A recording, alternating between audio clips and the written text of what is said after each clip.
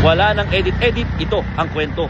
Simula ngayong January 2, ipagbabawal na o mahigpit ay patutupad ng Land Transportation Office o LTO ang pagbabawal sa mga e-trike gaya niyan at mga e-bike na dumadaan sa mga major highway gaya na lamang dito sa Ross Boulevard, corner Buendia.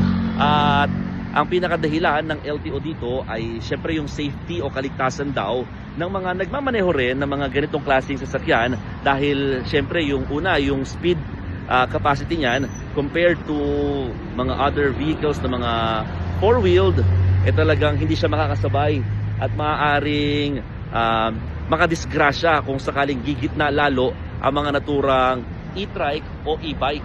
At ang masaklap, karamihan sa mga ganitong klaseng mga sasakyan ng minamaneho, yung mga drivers walang lisensya o di kaya naman talagang syempre walang rehistro technically sa LTO. So yung safety ng mga sakay nito at risk no na lumalabas. So ngayon nakadeploy na mga flying squad or enforcers ng LTO sa mga major highways. 4 yung binanggit ng LTO na kanilang tututukan dito sa pag-uumpisa ng kanilang pagbabawal. Kabilang na nga dyan itong Ross Boulevard at nandito sila sa pinaka-kanto ng Buendia. Kasama rin ang EDSA, C5 Road, maging yung Quirino Avenue to Magallanes corner at saka sa hanggang sa South Luzon Expressway.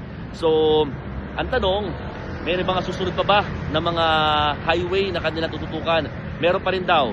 Yan ay sa may Commonwealth, pati na rin sa Marcos Highway. So, nitong December, naging mainit ng usapin ito dahil syempre yung iba, ito nga yung pinakahanap buhay lamang mga kapatid na pamamasada.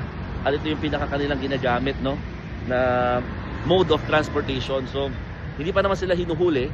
Pinapaalalahanan pa lamang, sinecheck no, at saka sinasabi na talagang bawal sila sa ganitong klaseng mga major thoroughfares. Pero kasi, gaya dito sa Pasay, itong ganitong mga klaseng transport vehicle, meron silang parang ordinansa na allowed no, na maghatid at bumiyahe ang mga ganitong klaseng sasakyan. Kaya medyo kailangan pang klaruhin in terms of pag pinatupad na ng LTO talaga yung kanilang strict implementation ng mga pagbaban sa mga e-trike na ganito sa mga major highway.